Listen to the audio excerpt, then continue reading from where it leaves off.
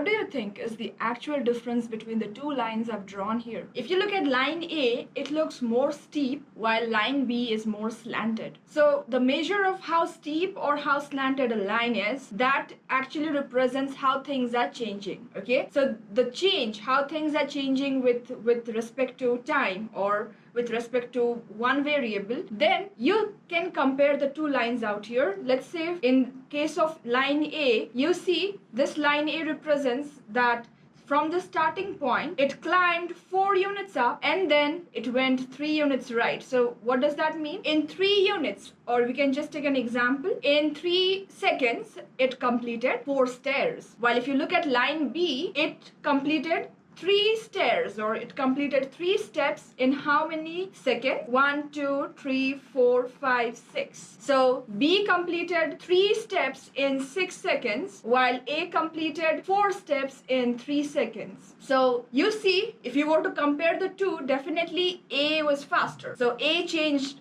its state of position faster. So this is a scenario when we say that the gradient or the slope of A is higher than that of B.